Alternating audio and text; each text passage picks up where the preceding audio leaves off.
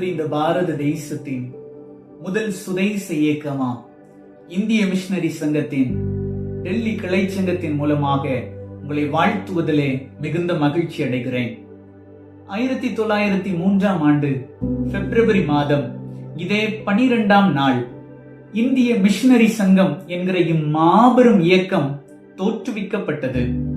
இந்த இயக்கத்தை இளைஞர்களால் துவங்கப்பட்ட இளையோர் எழுச்சி இயக்கம் என்று சொல்லியும் சொல்லலாம். காரணம், இலங்கையின் ஜாஃப்னா பகுதியிலே நடைபெற்ற இளைஞர் மாநாட்டிலே தற்போதைய தூத்துக்குடி மாவட்டம் வெள்ளாளர்மலை பகுதியை சார்ந்த அசரியா என்கிற ஒரு வாலிபன் கலந்து கொள்கிறார்.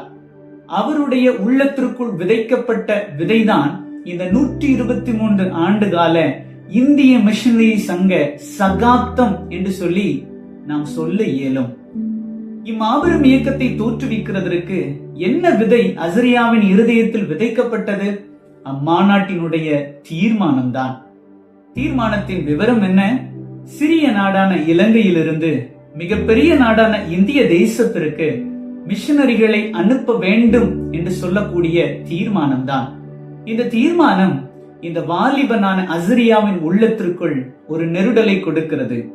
சிறிய நாட்டிலிருந்து மிகப்பெரிய நாட்டிற்கு மிஷனரிகளை அனுப்ப வேண்டும் என்று சொன்னால், இந்திய தேசத்தில் உள்ள குறிப்பாக தமிழ்நாடு பகுதிகளிலே கிறிஸ்துவை அறிந்திருக்கிற வாலிபர்கள் என்ன செய்து கொண்டிருக்கிறார்கள்?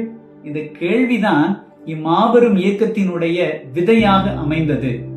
இலங்கை கடற்கரையிலே முழங்கால் படியிட்டு ஜெபிக்கிறார்.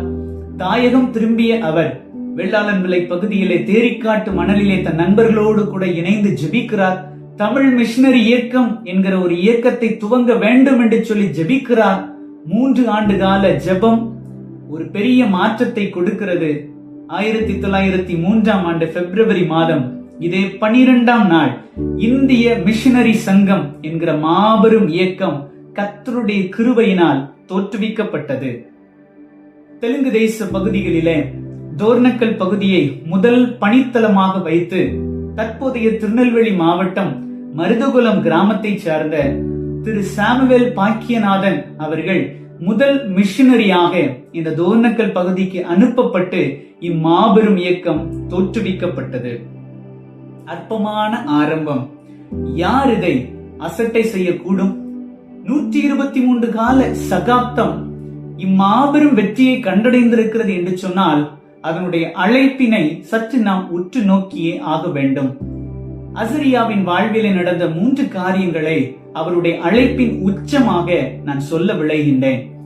சிறு பிராயத்திலே திருச்சபையிலே ஆண்டவரை ஆராதித்துக் கொண்டிருந்த பொழுது அந்த நாளின் ஆராதனையிலே உகாண்டா தேசத்தில் உள்ள மக்களுக்கு சுவிசேஷத்தை அறிவிக்கிறதற்கான தேவை உள்ளது, கொடுங்கள் என்று சொல்லி சொன்ன மிஷனரியினுடைய கேள்வியை கேட்ட இந்த அசரியா தன்னுடைய கையில் உள்ள தங்க வளையலை காணிக்கையாக கொடுத்து விட்டு வருகிறார். சிறு வயதிலேயே ஊழியத்திற்கு என்று சொல்லி கொடுக்க வேண்டும் என்கிற சிந்தை இந்த அசரியாவின் உள்ளத்திற்குள்ளே அதிகமாக இருந்தது. அதற்கு ஏற்றவாறு அவருடைய பெற்றோரும் அவரை அதிகமான விதத்திலே உற்சாகப்படுத்தி வளர்த்தார்கள். தமிழ் மிஷனரி இயக்கம் ஸ்தாபிக்கப்பட வேண்டும் என்கிற சிந்தையோடு தான் இலங்கையிலிருந்து தாயகம் திரும்புகிறார். தன்னுடைய நண்பர்களோடு கூட இணைந்து முழங்காற்படியிட்டு ஜெபிக்க ஆரம்பிக்கிறார். அந்த ஜெபம் தான் இந்த 123 ஆண்டு கால சகாப்தம் என்று சொல்லி நம்மால் சொல்ல இயலும். YMCAவினுடைய பொறுப்பாளராக பணியாற்றிய இந்த அசரியா இந்திய மிஷனரி சங்கம் தோற்றுவிக்கப்பட்ட பிற்பாடு இம்மாபெரும் இயக்கத்தை மக்களுடைய மனதிற்குள் கொண்டு சேர்க்கிறதற்காக பல இடங்களிலே இந்த காரியத்தை குறித்து பேச ஆரம்பிக்கிறார். அவரிடத்திலே கேட்ட ஒரு கேள்வி அவருடைய வாழ்விலே மற்றும் ஒரு அடியினை எடுத்து வைக்க உதவி செய்தது.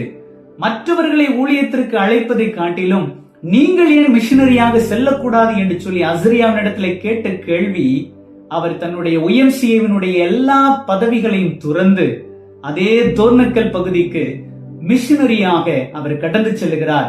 அன்று வாழ்ந்த லம்பாடி இன மக்கள் மத்தியிலே ஒரு பெரிய அறுவடையை கிறிஸ்துவின் அருளால் அவர் ஸ்தாபித்தார் என்று சொன்னால் நிச்சயமாக இது மாபெரும் கிருபை என்பதை நாம் மறந்து போக கூடாது. இம்மாபெரும் இயக்கம் இம்மாபெரும் வெற்றியை கண்டடைந்திருக்கிறது என்று சொன்னால் இது இளைஞர்களால் உருவாக்கப்பட்ட இளையோர் எழுச்சி இயக்கம் என்கிறதால் மாத்திரம்தான். இந்த 2026 வருடத்திலே 124வது பிறந்த நாளை காண்கின்ற நாம் சற்று யோசித்து பார்க்க வேண்டும். இந்த இந்திய மிஷனரி சங்கம் எவ்வளவு பாதைகளை கடந்து வந்திருக்கிறது. இன்னும் இந்த இந்திய மிஷனரி சங்கம் எப்படிப்பட்ட காரியங்களை செய்ய வேண்டும் என்கிறதை சிந்தித்து பார்க்கிறதற்கு நாம் அழைக்கப்பட்டிருக்கிறோம். ஒவ்வொரு ஊழியம் ஸ்தாபனம் என்று சொன்னாலே 3 விதமான கிளைகள் உண்டு. 1 ஜெபித்தல், 2 கொடுத்தல், 3வது உழைத்தல். இந்த 3 காரியமும் விதைக்கப்பட்ட அசரியாவின் உள்ளத்திலே ஆழ்ந்த காரியமாக இருந்தது. சிறு வயதிலே கொடுத்தார், ஜெபித்தார், தன்னையே மிஷனரியாக அர்ப்பணித்து செயலாற்றினார். அதனுடைய விளைவுதான் இந்த 123 ஆண்டுகால சகாப்தம் என்று சொல்லி நம்மால் சொல்ல இயலும். இன்றும் இந்த இயக்கத்திற்காக ஜெபிக்கின்ற, கொடுக்கின்ற, உழைக்கின்ற உள்ளங்கள் தேவை. இந்த 124வது வருடத்திற்குள்ளே அடியெடுத்து வைத்திருக்கிற இந்திய மிஷனரி சங்கத்தின் சார்பிலே உங்கள் யாவரையும் மீண்டுமாக வாழ்த்துகிறேன். வாருங்கள், இணைந்து ஜெபிப்போம். வாருங்கள், இணைந்து கொடுப்போம். வாருங்கள், இணைந்து உழைப்போம். கர்த்தருடைய ராஜ்யம் கட்டி எழுப்பப்படுவதாக. கடைசியாக அசரியா அவர்கள் தன்னுடைய வேதத்தினுடைய புதிய ஏற்பாட்டு பகுதியிலே எழுதி வைத்து ஏறெடுத்த ஒரு ஜெபத்தினை சொல்லி இந்த வாழ்த்துறையை நான் நிறைவு செய்கிறேன். ஆண்டவரே, ஊழியரை தாரும், உயர்ந்த உள்ளங்கள், உறுதியான மனங்கள், உண்மையான நம்பிக்கை, பதவி வெறியினால் அழிக்கப்படாத மனிதர்கள், பதவிகளால் விலை பேசப்படாத மனிதர்கள், தொலைநோக்கு தரிசனம், மனதிற்குள்ளான தைரியம், உறுதியான நம்பிக்கையுடைய மனிதர்களை ஊழியராக தாரும் தாரும் ஆண்டவரே தாரும். இதுதான் அசரியா அவர்கள் ஏறெடுத்த ஒரு உன்னதமான ஜெபம். இந்த ஜெபம் நம்முடைய உள்ளத்திற்குள் கிரியை செய்யட்டும். நாமும் ஜெபிப்போம். கர்த்தர் இந்த மாபெரும் இயக்கத்தின் மூலமாக இன்னும் தன்னுடைய ராஜ்ய பணியினை கட்டி எழுப்புவாராக. இந்திய மிஷனரி சங்கமே, உன்னை நேசிப்பவர்கள் சுகித்திருப்பார்களாக. ஆமேன், ஆமேன். இந்திய மிஷனரி சங்கமே, உன்னை நேசித்திருப்போர் சுகித்திருப்பார்.